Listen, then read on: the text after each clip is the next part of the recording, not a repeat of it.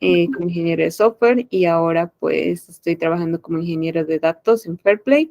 En ese lapso de buscar mi camino en los datos, pues me interesé un poco más en Machine Learning y en análisis de datos y en Data Science en general.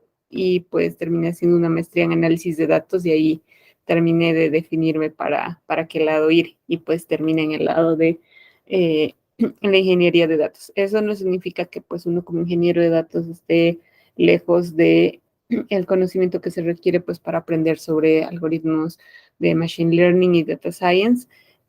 Lo mínimo que se espera es que podamos pues entenderlos, ¿no? Si no los dominamos, al menos tener una noción de qué es lo que estamos haciendo y con qué estamos tratando para que pues no vayamos a arruinar cosas más adelante y podamos entender y atender mejor los requerimientos que tienen tanto la gente del área de ciencia de datos como de machine learning.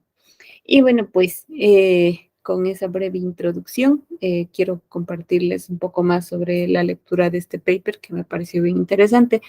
No sé si me pueden dar permisos para compartir, por favor, la pantalla para la presentación que tengo, porque ahorita no tengo permisos para compartir la pantalla. Y con eso iniciamos.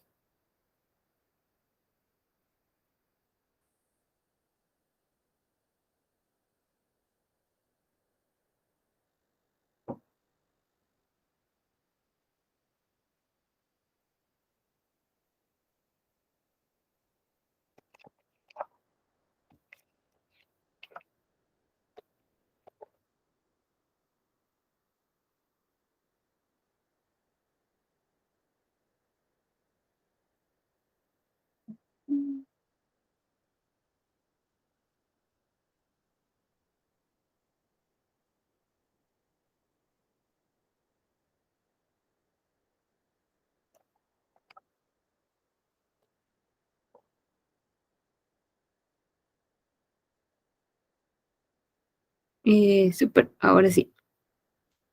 Ahora sí. Déjenme ver. Ventana.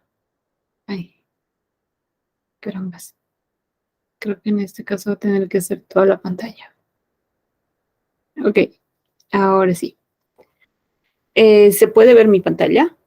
¿La presentación? No todavía.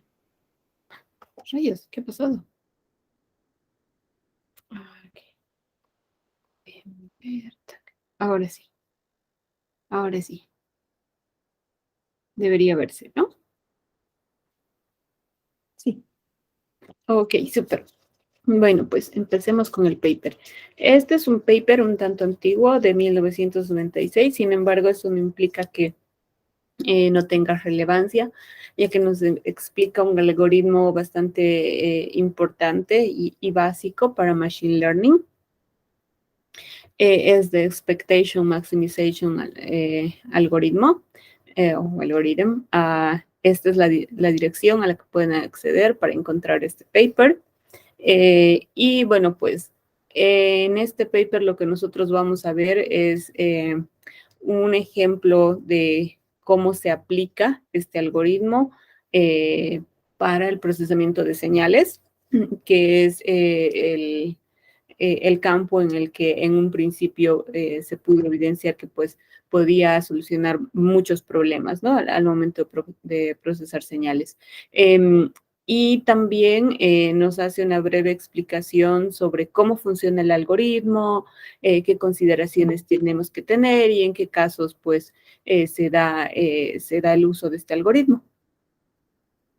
Entonces, para comenzar un poquito hablando sobre la introducción de esto, básicamente nos menciona que una tarea muy común al momento de pues, procesar señales es el estimar los parámetros, ¿no? Para una función de probabilidad, pero usualmente lo que nos vamos a encontrar es que hay muchos casos en los que la estimación de un parámetro se complica porque no tenemos el acceso a los valores necesarios o a la información necesaria para estimar estos parámetros. Muchas veces puede ser por un tema de que pues nos censuran y nos dicen no podemos compartir esta información con ustedes, o en otros casos es porque simplemente no se ha dado pues la oportunidad o o el mismo problema no permite capturar esta información.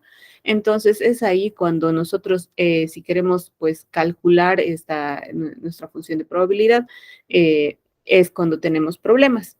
Y es ahí donde este algoritmo nos llega pues a dar, nos viene a facilitar la vida básicamente, ¿no? Porque nos ayuda a estimar estos parámetros. Se podría considerar que este es un ejemplo que se da, bueno, un algoritmo que se puede utilizar en casos en los que tenemos un mapeo de datos de muchos a uno. Y vamos a ver más adelante de qué se trata esto, a qué nos referimos cuando hablamos de muchos a uno.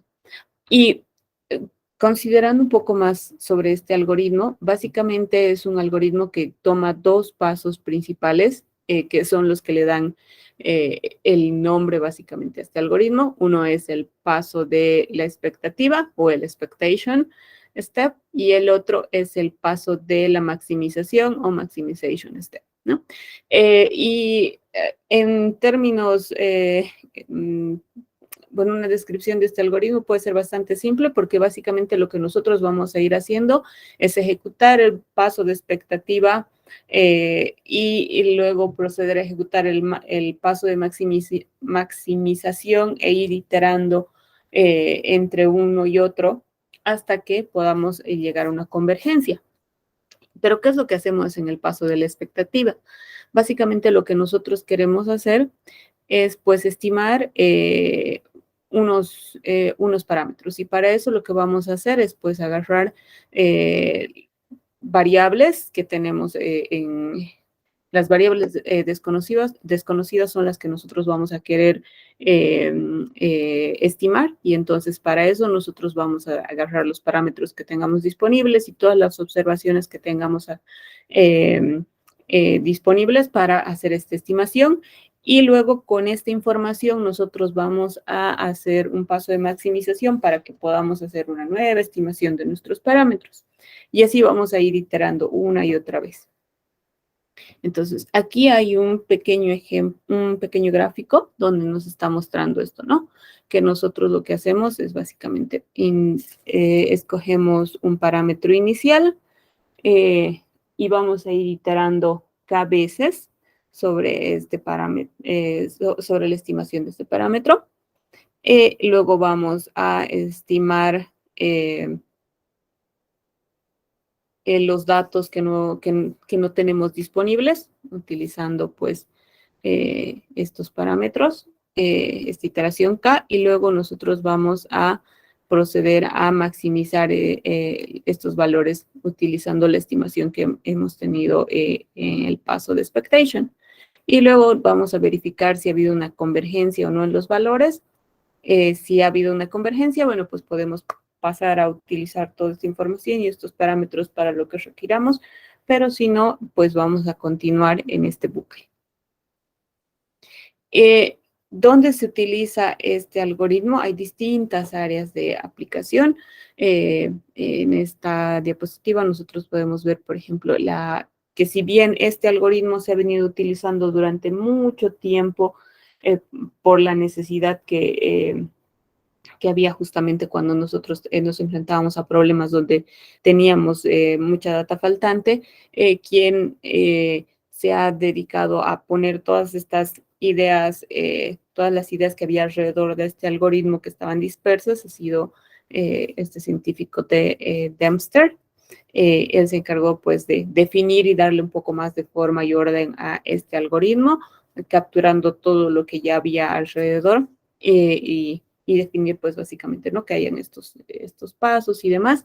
Y también pues en base a eso nosotros podemos ver que las mayores aplicaciones luego de este trabajo que ha hecho de básicamente centralizar esta información y darle orden a este algoritmo son principalmente en el área de genética, por ejemplo, donde es usual que nosotros, pues si bien tenemos parte de la información observada, cuando queremos trabajar con los datos nos damos cuenta de que hay otras observaciones que nos faltan, ¿no? Que estas observaciones que tenemos presentes dependen de otros datos de los que no tenemos registros.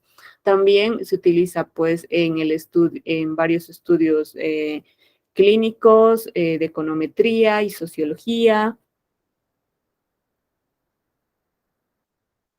Y también pues en la reconstrucción de imágenes tomográficas, en el reconocimiento de voz, los modelos Markov.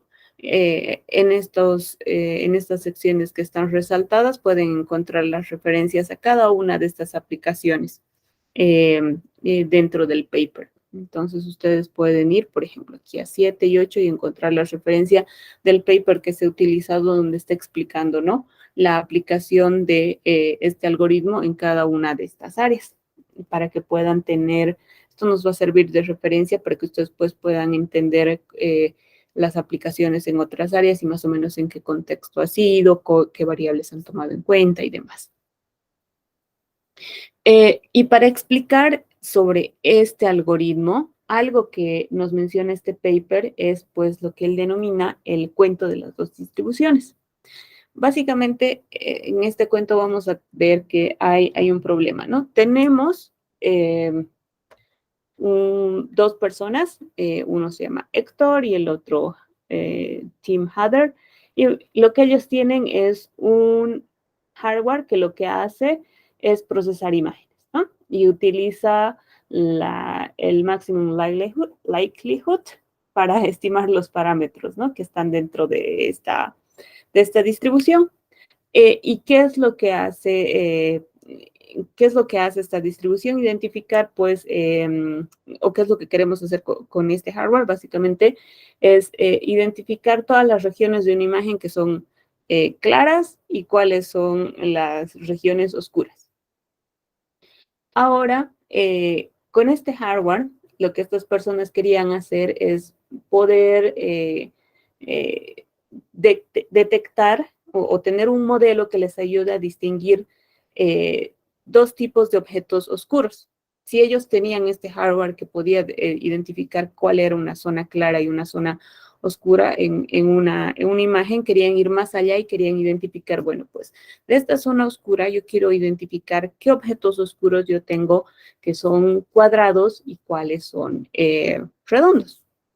Y el hardware que tenían en ese entonces no les sirvió y llega uno de sus estudiantes que viene y dice, bueno, pues yo en lugar de utilizar este detector antiguo que está basado solo en hardware, pues voy a implementar un algoritmo en el que voy a agarrar pues este hardware antiguo, lo voy a combinar con este nuevo algoritmo que tengo y voy a ser capaz de utilizar primero, detectar cuál es una zona clara, cuál es una zona oscura y además, en base a eso, yo voy a poder identificar cuáles son mis objetos cuadrados y cuáles son mis objetos redondos.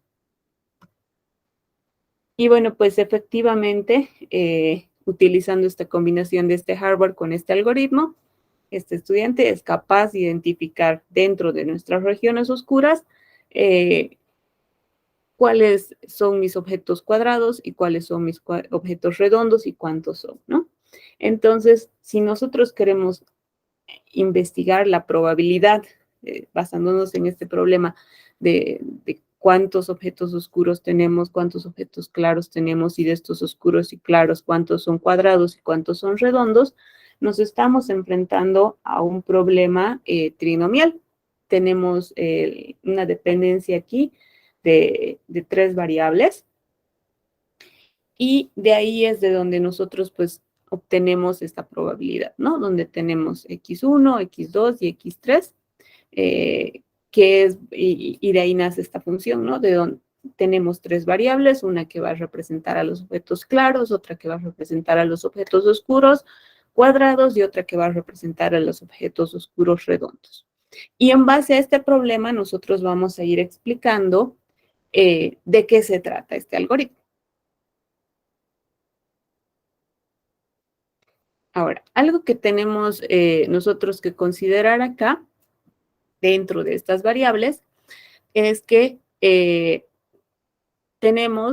nosotros podemos identificar claramente nuestros objetos, nuestra zona clara y nuestra zona oscura. Podemos identificar claramente cuántos objetos claros tenemos y cuántos objetos son oscuros. Sin embargo,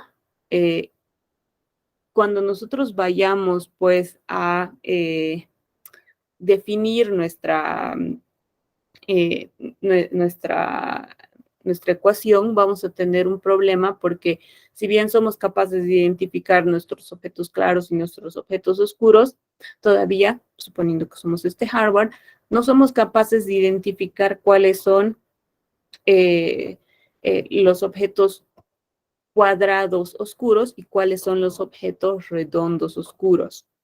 Entonces, cuando vayamos a definir nuestra ecuación, nos vamos a dar cuenta de que, pues, tenemos un X3 que representa los objetos claros y tenemos un Y1 que representa también a cuántos son nuestros objetos claros y el valor de Y1 está resuelto. Sin embargo, cuando nosotros queremos ver qué dependencia hay de este Y1, que son perdón, aquí hay una confusión, es Y2 el que es los objetos claros. Cuando vemos el valor de Y2, que es igual a X3, esa ecuación está resuelta, es simple. Sin embargo, cuando nosotros queremos identificar el valor de Y1, ahí es donde vamos a tener problemas porque no sabemos exactamente cuál es el valor de X1 y de X2. El valor de Y1 que representa a la cantidad de objetos oscuros, suponiendo que tenemos dos subclases que van a ser los objetos cuadrados y los objetos redondos, no está claro porque no sabemos exactamente cuántos elementos tenemos que son X1 y cuántos elementos tenemos que son X2. Y no podemos equiparar que Y1 va a ser igual a X1 o que Y1 va a ser igual a X2, sino que Y1, la cantidad de objetos oscuros, va a ser igual a la suma de X1 y X2. Entonces, ahí, como ven, ya tenemos un problema en el que tenemos pues un mapeo de muchos a 1, porque Y1 depende de estas dos variables X1 y X2. Y esta ecuación que estamos viendo aquí abajito viene a representar básicamente esto, ¿no? Si nosotros queremos conocer la probabilidad de Y1, pues dependemos de un parámetro desconocido que se denomina P, porque no sabemos exactamente cuántos elementos tenemos en X1 y en X2. Y es que una de las cosas que tenemos que tener en cuenta cuando nosotros vayamos a utilizar nuestro algoritmo de expectativa y maximización es que nosotros tenemos que enfrentarnos a esta clase de problemas. Lo vamos a utilizar cuando nosotros tengamos un problema de mapeo de muchos a 1. Eso significa que para obtener el valor de una variable, pues esta depende de muchas variables de las cuales nosotros desconocemos los valores o tenemos datos incompletos.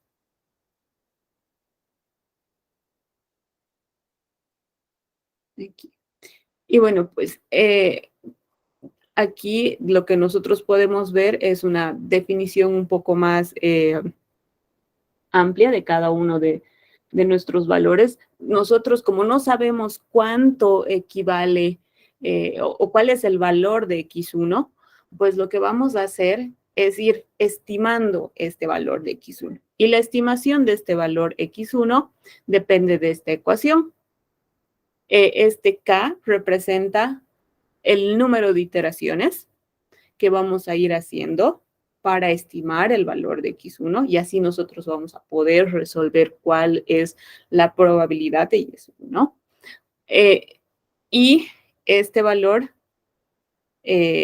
pues, como se presenta aquí en esta ecuación, lo tenemos que ir desglosando, ¿no? Y para eso vamos a ver que, pues, tenemos que utilizar este valor P, que es nuestro parámetro desconocido de la distribución, para poder ir resolviendo el valor de X1. Del mismo modo, el valor de X2 se tiene que estimar también, porque es un valor desconocido. Y es por eso que nosotros vamos a ir creando otra ecuación que depende de la cantidad de objetos oscuros que tenemos, que es Y sub 1, y de este parámetro desconocido, P, y que va a ser objeto de múltiples iteraciones, ¿no? Y esto es lo que representa nuestro valor K, básicamente. Cada una de las iteraciones que vamos a ir haciendo para obtener una estimación de estos valores hasta que pueda converger los valores y podamos tener un estimado tanto de X1 como de X sub 2 para que nosotros podamos resolver el problema de la probabilidad de que exista X cantidad de objetos oscuros en nuestro problema. Entonces, lo que tenemos que tener en cuenta, y este era, perdón, aquí sí me he saltado esta parte de explicarles. Básicamente lo que nosotros aquí estamos haciendo es esto, ¿no? Es ejecutando nuestro paso de nuestro paso de expectation step, que es básicamente, consiste en estimar múltiples veces nuestras variables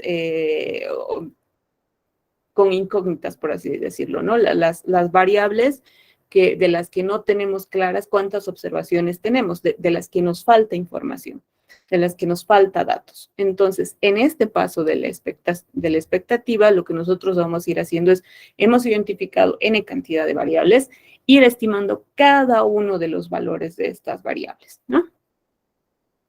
Y luego de que nosotros estimamos estas variables, en nuestro caso, de las que tenemos las incógnitas son de X sub 1 y de X sub 2, que representan básicamente cuántos objetos oscuros redondos tenemos, cuántos objetos oscuros cuadrados tenemos. Lo que nosotros vamos a ir a hacer es, es maximizar este valor. Una vez que hemos nosotros podido hacer una primera estimación de cada uno de estos valores, lo que vamos a hacer ahora es ir a obtener el valor de P.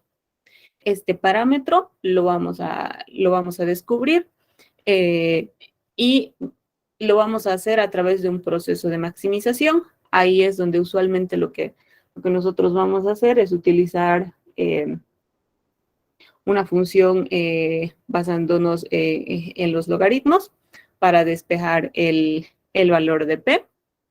De este parámetro, y de ahí es de donde se deriva que muchas veces van a ver esto del algoritmo de maximum likelihood o la estimación. Es este proceso básicamente, ¿no? Donde nosotros hacemos nuestra maximización. Porque lo que nosotros queremos es identificar este parámetro P que nos ayude a obtener la probabilidad. Como no tenemos los valores exactos de X1 y X2, este parámetro P es el que nos va a ayudar, pues, en base a las estimaciones que nosotros vayamos a tener de X1 y X2, más adelante obtener el valor de nuestra probabilidad para Y sub 1. Y lo que nosotros podemos hacer es reemplazar la ecuación anterior que teníamos de X sub 2 dentro de esta ecuación que tenemos acá. Lo que nosotros tenemos que hacer primero siempre es el valor de P, tenemos que equipararlo a 0 para resolver P y para facilitarnos el proceso, porque aquí tenemos, pues, depende de cómo nosotros querramos despejarlo, podemos despejarlo respecto a X2 o respecto a X1. En este caso, hemos utilizado X1 y hemos mantenido X2. Lo que nosotros podemos es, sabemos cuál es el valor de X2 por la estimación previa que hemos hecho en el paso anterior de la expectativa. Entonces, reemplazamos ese valor de X2 dentro de nuestra ecuación para P. Y con eso ya, podemos tener la probabilidad completa y y utilizando el valor de Y. Y con eso ejecutar nuestro paso de maximización. Y una vez que este valor de P pues, se puede igualar a 0 y nosotros podemos obtener el valor en realidad de P que nos pueda ayudar a igualar a 0, entonces es cuando nosotros podemos decir que hemos logrado converger nuestra ecuación y entonces ya hemos obtenido el valor de P que nos va a servir más adelante para obtener la probabilidad que estamos buscando. Sin embargo, si no podemos converger en este punto el valor de P, lo que nosotros vamos a hacer es volver a estimar nuevamente, ejecutar nuevamente este paso de la expectativa, volver a iterar el valor de K con un más 1 y volver a ejecutar este paso de la maximización.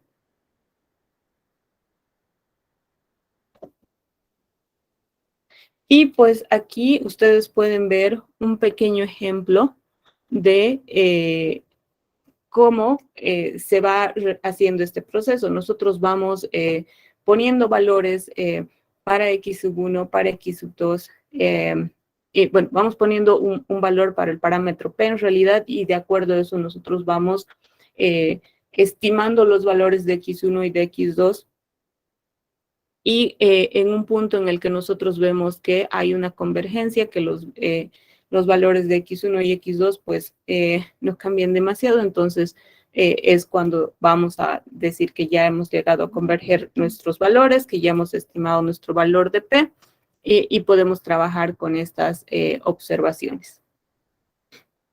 Ahora, este ejemplo en el que nosotros estamos viendo acá es un tanto simple porque nosotros estamos utilizando valores discretos. Lo que queremos obtener nosotros al final del día, la cantidad de observaciones que tenemos pueden ser discretas, entonces podemos utilizar esta ecuación que se llama un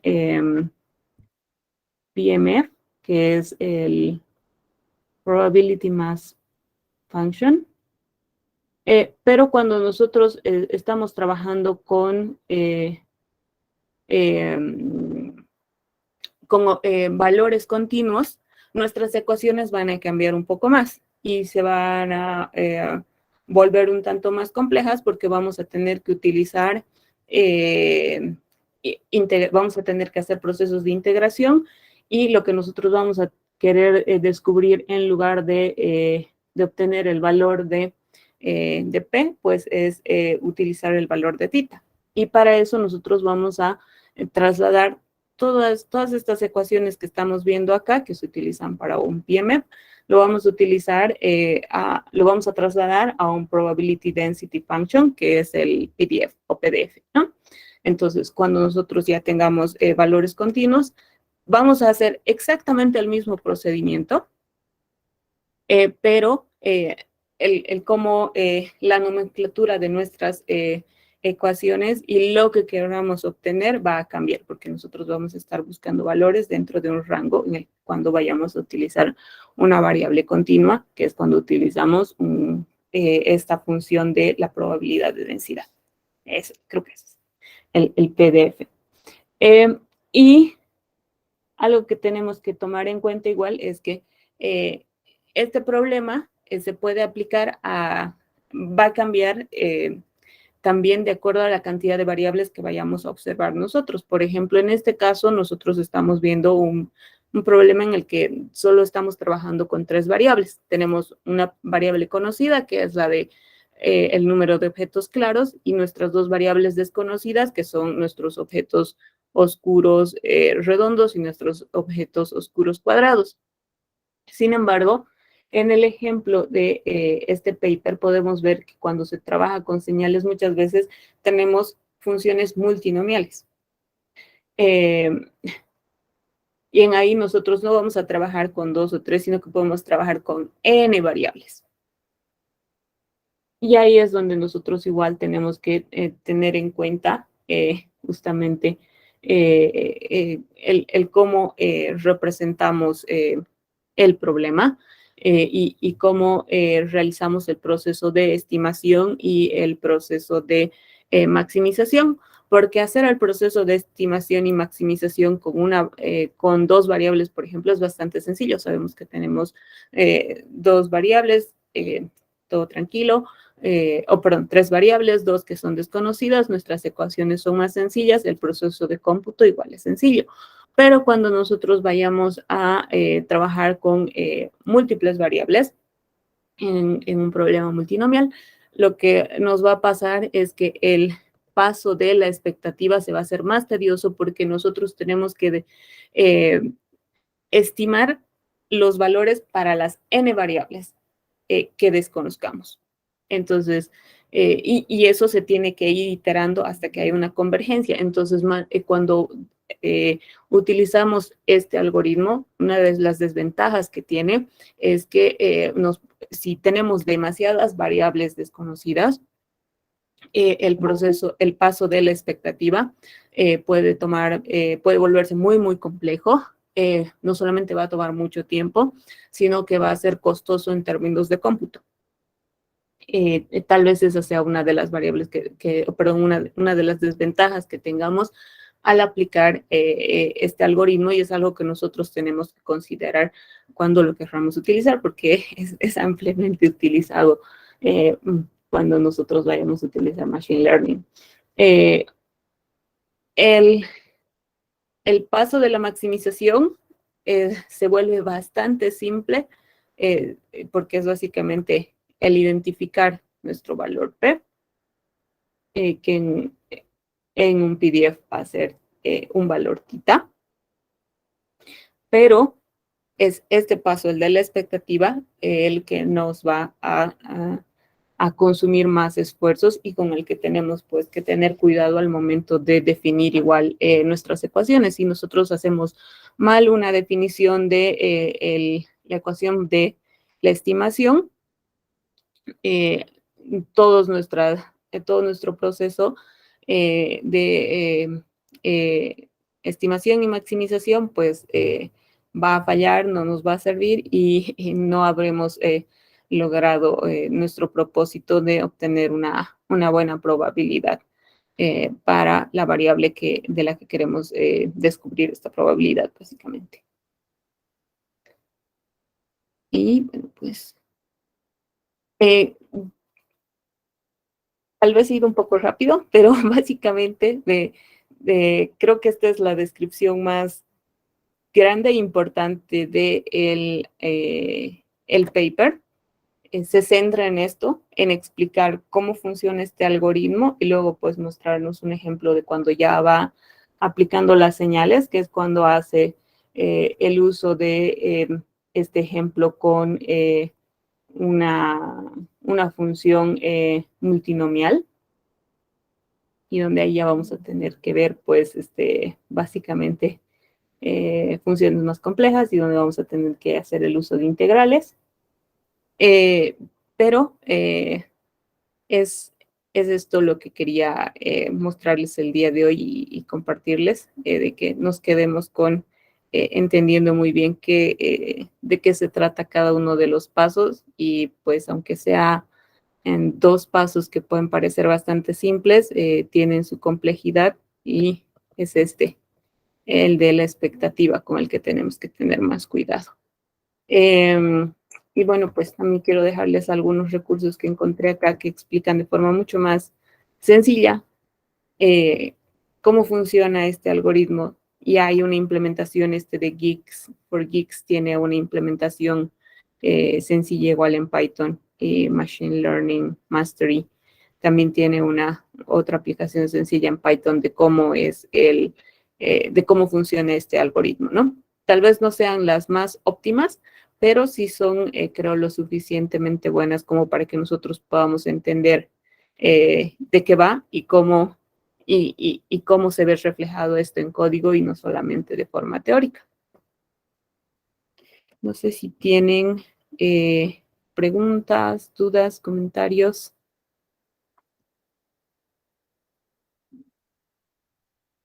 Gracias, Anita. Sí. Nada, ustedes, este es el momento en que me atacan con preguntas. Dudas, consultas, preguntas. ¿Tuvieron el tiempo para poder leer tal vez el paper?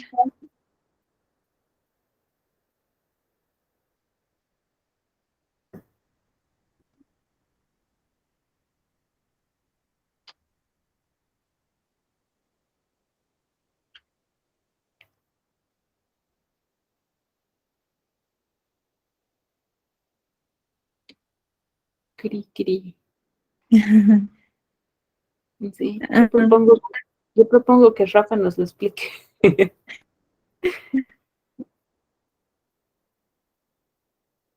Recién entré.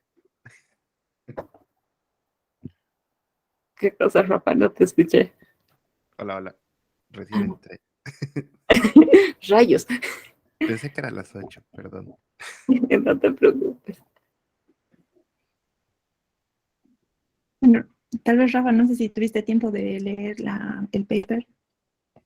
No tuve tiempo, la verdad. Estaba viendo. Recién lo voy a revisar este fin, pero. O sea, lo único que sé de Expectation Maximization es que eh, ajustas como distribuciones. O sea, encuentras la mejor distribución a los datos. Es como una alternativa a estimación de máxima verosimilitud, pero así detalles a profundidad no domino justo ese algoritmo. Y tal vez Anita nos puedas recordar en los lugares donde podemos encontrar este algoritmo, porque nos indicabas que era sumamente utilizado, entonces tal vez nos podría dar ejemplos en lugares o cómo se están utilizando. A ver, bueno, pues como les había mencionado antes,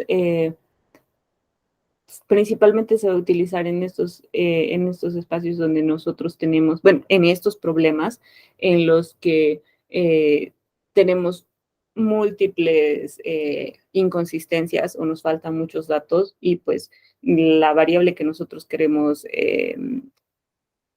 despejar, en este caso de la que queremos obtener la probabilidad, depende de estas múltiples, de estos múltiples huecos de datos. Entonces, donde usualmente se da esto, ya lo que nos menciona el paper, es cuando vamos a trabajar con genética. Es muy común que nosotros tengamos observaciones para un fenotipo, pero todo lo que está relacionado al patrón del genotipo no está observado, entonces ahí es donde lo vamos a encontrar a este algoritmo. Otro de los ejemplos que nos menciona aquí es cuando hay este procesamiento de señal, y es que justamente a lo que nos pasa usualmente es que eh, cuando procesamos señales vamos a tener mucho ruido, vamos a tener muchas cosas que están ahí básicamente obstruyendo la calidad de nuestras observaciones y las vamos a tener que ir desechando, en algunos casos no vamos a obtener ciertos datos al momento de procesar señales, y ahí es donde vamos a tener muchos huecos de información y es donde vamos a tener pues que nuestra probabilidad va a depender de muchas otras incógnitas de las que no tenemos forma de nosotros decir, ay, pues este valor existe y este otro valor existe, sino que están ahí como que en el aire, y ahí es donde entra este algoritmo a tratar pues de estimar estos valores que nos están faltando y obtener y tratar de balancear un poco, ¿no? Eh, estas diferencias que nosotros tenemos con estas variables.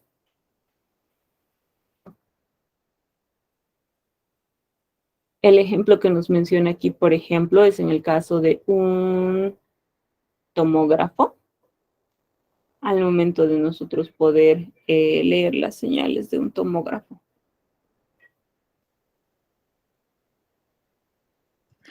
Buenas noches. Gracias por la explicación. Tengo una pregunta. Eh, o sea, entiendo que el algoritmo agrupa como las distribuciones cuando es faltantes, ¿no? Y ahorita, ¿cuál sería el estado del arte de este algoritmo? O sea, ¿se sigue utilizando? Ahí va mi pregunta. ¿O en qué estado estaría? Este algoritmo sí se sigue utilizando. Justamente el hecho de que sea antiguo no significa que, o sea, que el paper sea un tanto antiguo no significa que sea algo que no funcione. Considerando que hay casos en los que, sobre todo cuando se va a ver este proceso de reconstrucción de imágenes y demás, es un básico. Entonces todavía tenemos algunos productos que funcionan con este algoritmo. Y también nosotros cuando vamos ahí sí tengo una pequeña duda, confusión respecto a cómo se relaciona este con el maximum likelihood, porque el maximum likelihood es algo que nosotros utilizamos todo el tiempo, o bueno, la mayor parte del tiempo cuando vamos a entrar en nuestros modelos, es igual parte de la navaja suiza de las funciones que vas a utilizar cuando vas a hacer básicamente alguna predicción. Entonces, es ahí igual donde se implementa este algoritmo, donde vas estimando justamente los valores que te faltan hasta converger en algo. Y hay una tarea para revisar. Sí. Genial, gracias. Gracias. Sí, gracias por la respuesta. Lo voy a implementar para entender bien cómo funciona. Sí, porque justo creo que de un modo u otro están relacionados y ahí es donde sí esa parte me falta como que entender bien de la diferencia de uno y otro. Oh,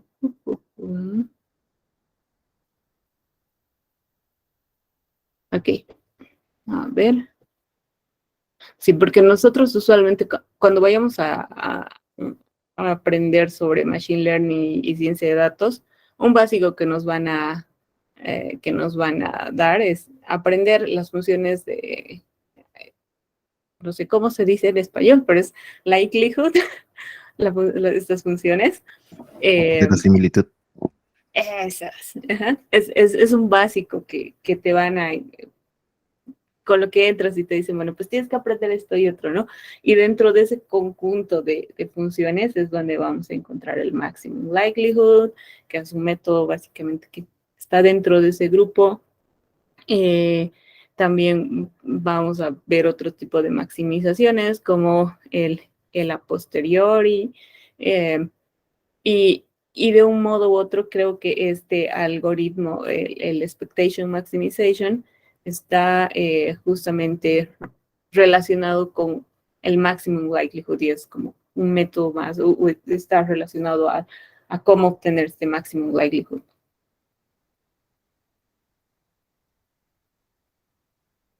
Genial, gracias. Ujú. ¿Alguien más tiene alguna consulta, duda?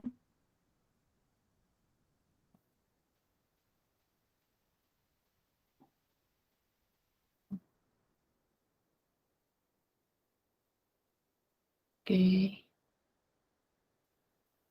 Creo que queda la tarea para revisar en la casita. Sí, justo. Y es que yo recuerdo que había visto alguna de estas cosas igual en las clases y por eso le decía hace rato a Moni me trae traumas, porque justamente no tengo buenos recuerdos del profesor de esta clase, pero sí es un básico, ¿no? El entender el cómo funcionan todas estas funciones eh, ¿cómo me dijiste que era likelihood, estimación? Verosimilitud. Verosimilitud, ajá. El entender cómo funcionan estos y entonces cuando ustedes vayan a ver estas funciones van a ver que el cómo está descrito y muchas de las variables que se utilizan dentro de este algoritmo de estimación sí, expectativa maximización son los mismos. Tal vez estén ordenados de un modo distinto en algunas cosas, pero las mismas variables las van a encontrar y entonces entendiendo primero este algoritmo de verisimilitud, ¿lo dije bien? esto, entonces va a ser mucho más fácil el entender igual este algoritmo de expectation maximization. Porque van con una lógica similar. Genial. Bueno, hemos llegado a la parte final y creo que queremos agradecer a todas las personas y bueno, esperamos a todas las personas que han participado, se les va a dar, bueno, vamos a estar contactándoles para ver sobre los créditos en Google. Y pues muchísimas gracias por haber participado en el club de lectura de Papers. Seguramente va a haber una siguiente versión y se les va a ir notificando a todos. Y bueno, de parte de todo el equipo de WITS, de Ori, que estuvo organizando, Eva, Natalie, y bueno, prácticamente ustedes, las personas participantes que han estado activas, que han sido, bueno, que han aportado con ideas, con preguntas. Gracias a todos y vamos a estar en una siguiente oportunidad. Gracias, Anita. Gracias. Gracias a ustedes. La siguiente vez va a estar genial si de paso nos extendemos a papers de ingeniería de datos. Es necesario, es necesario. Recuerden, sin data no hay